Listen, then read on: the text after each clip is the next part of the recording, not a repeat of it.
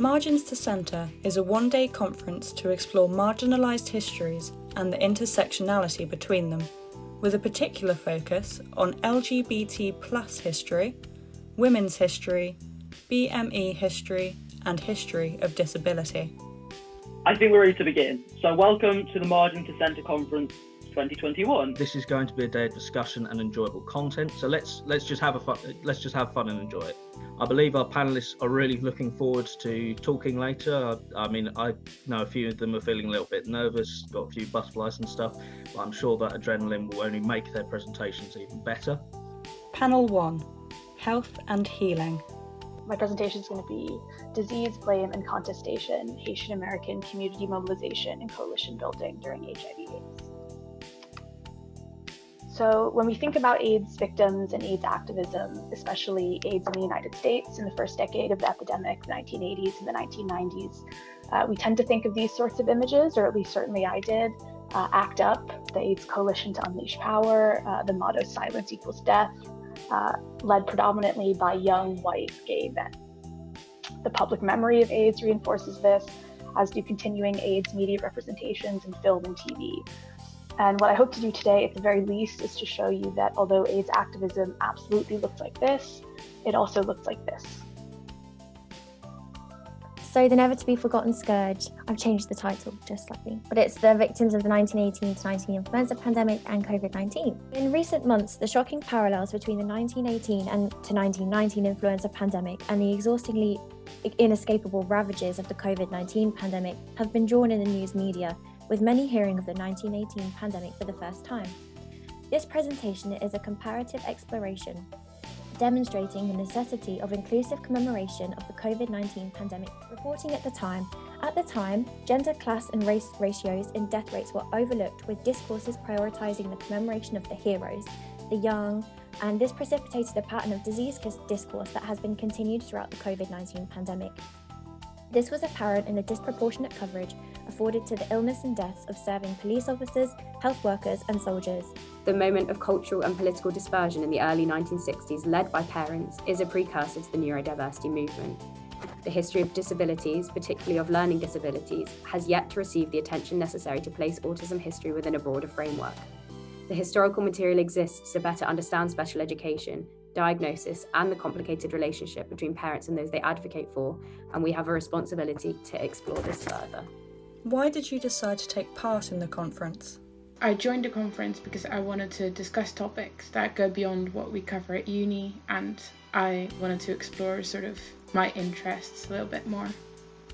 Panel 2, A Woman's World. So what is a woman?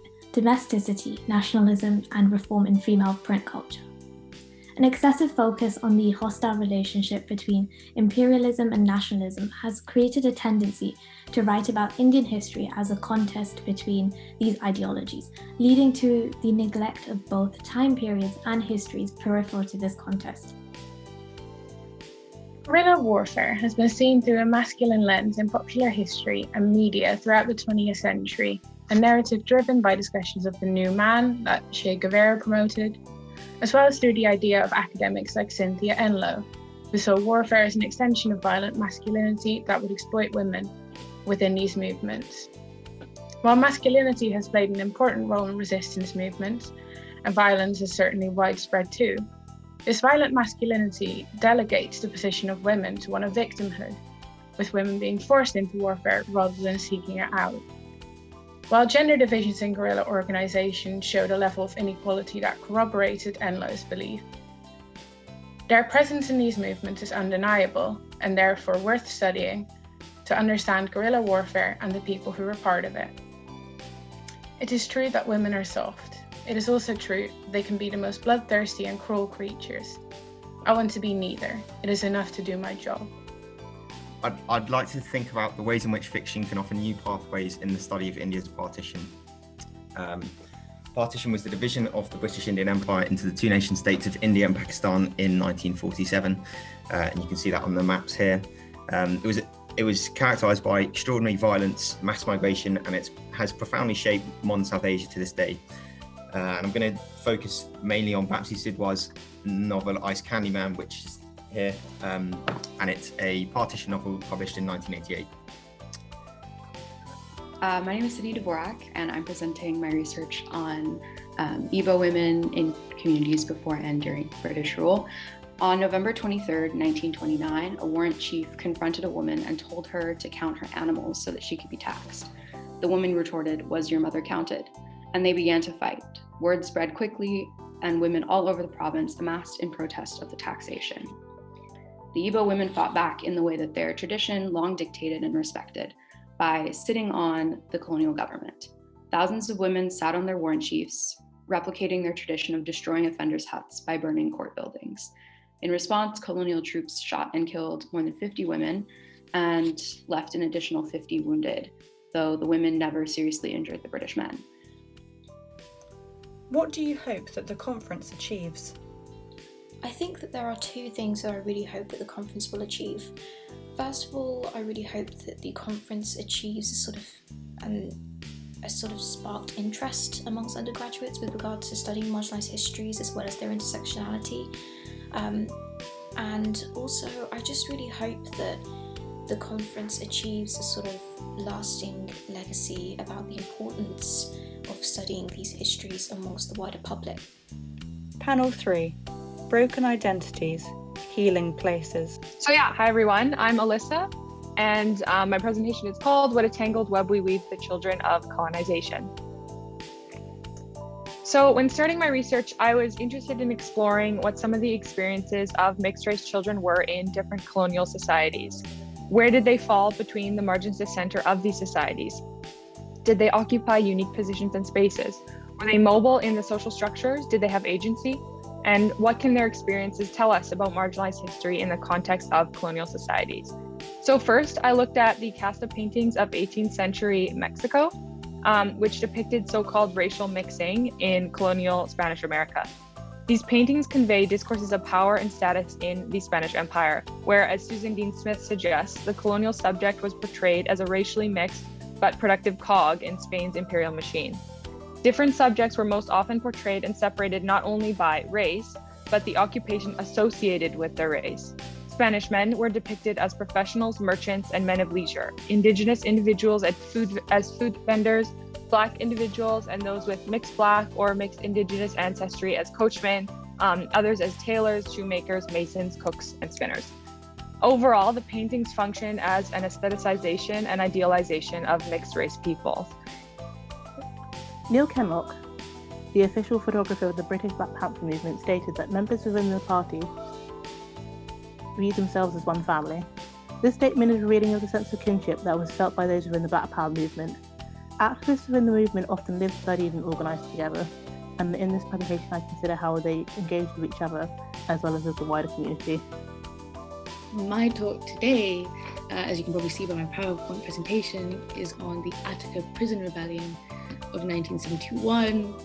And this prison rebellion is really part of this broader wave, very radical prison rebellions in the late 60s, early 70s America. It says, "Black brother, revolution is loving you for a change, calling you brother instead of mother for a change, even grinning at you for a change, then killing them, not you, for a change." In what other ways can we work to promote marginalised histories?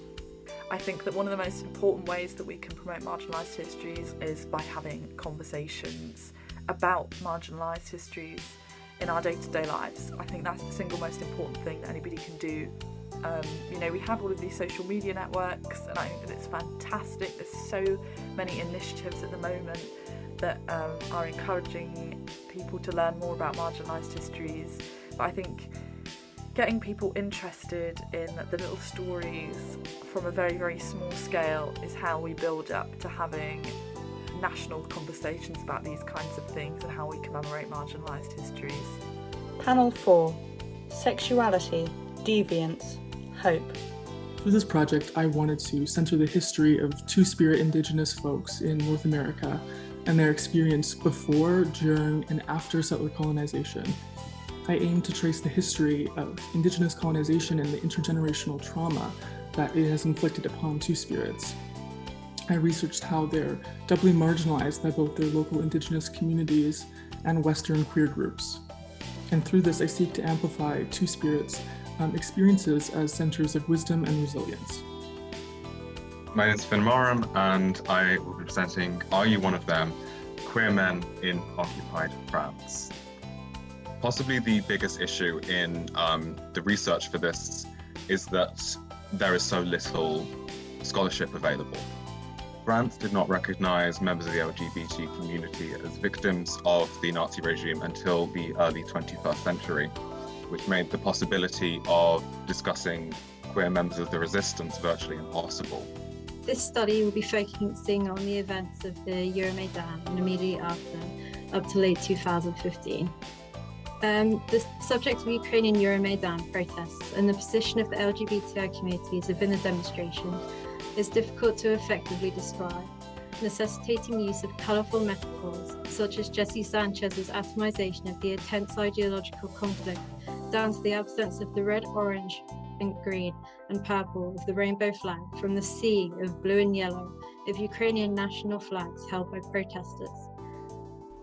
How did you find the conference? I had a great experience at the conference. I learned a lot from all the other participants and speakers, and it was just a great day overall. So I would recommend anyone to check it out if they get the shot.